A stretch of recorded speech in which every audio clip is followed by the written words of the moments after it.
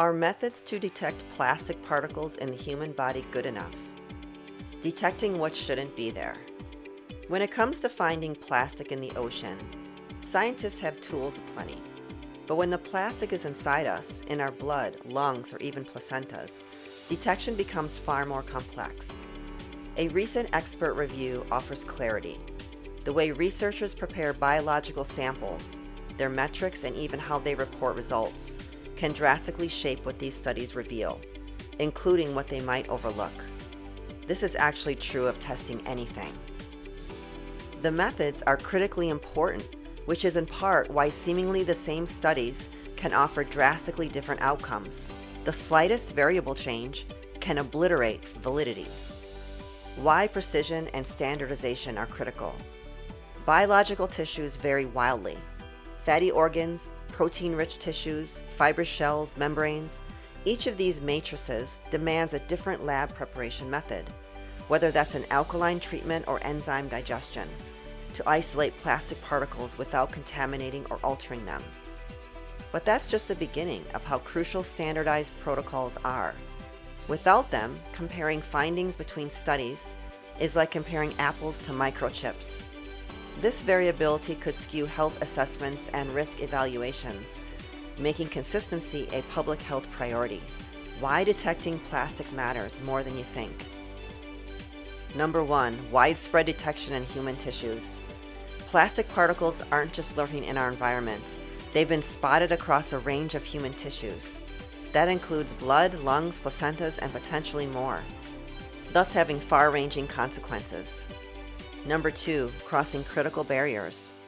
These particles may cross biological safeguards, the blood-brain barrier, placenta, and arterial walls, traveling where they shouldn't and raising concerns about long-term effects.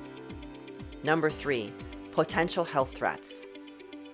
Though research is in early stages, possible consequences include cell damage, inflammatory responses, cardiovascular complications, and impacts on fetal development.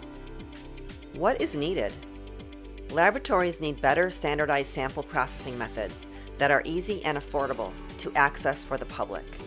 But before that, the variability in testing tissue types and inconsistent reporting is a hurdle. Reliable metrics like clear definitions, detection thresholds, and reporting styles, e.g. particles per gram versus count per tissue, are essential to build a trustworthy body of knowledge. Furthermore, when studies align their methods forging more accurate timelines of exposure, identify risk factors, and formulate health guidelines based on solid, comparative data, we will be closer to understanding the gravity of the problem of internal microplastics. Establishing baseline detection and exposure levels could shape prevention strategies for vulnerable populations, especially newborns, pregnant women, and people with compromised health. Detecting plastic within living tissues is no simple feat. It demands meticulous methodology, cross-disciplinary expertise, and above all, standardized best practices to produce trustworthy insights.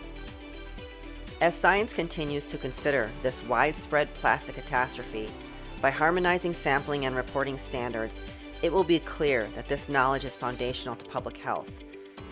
It will set the stage for informed policy, targeted interventions, and ultimately a deeper understanding of how plastics are affecting our bodies. In the meantime, we are not waiting for bureaucracy to figure it out or for more proof that we are all affected by this on a personal health level. We have solutions. Individual men and women, apart from funded institutions, are taking matters into their own hands by using available testing and tools to reveal to the best of their ability what is being harbored inside the bodies of all living things, namely us, and how to remove the offenders. If you are not aware, Human Consciousness Support funded a small study revealing microplastics in all participants. The good news is MasterPeace was also shown to decrease those levels considerably after 90 days. If mitigation tactics are used, consisting of decreasing the incoming and removing what is already circulating, that would be the best way forward. Thankfully, we have part of that solution in MasterPeace. The rest is up to you, so choose wisely on a daily basis.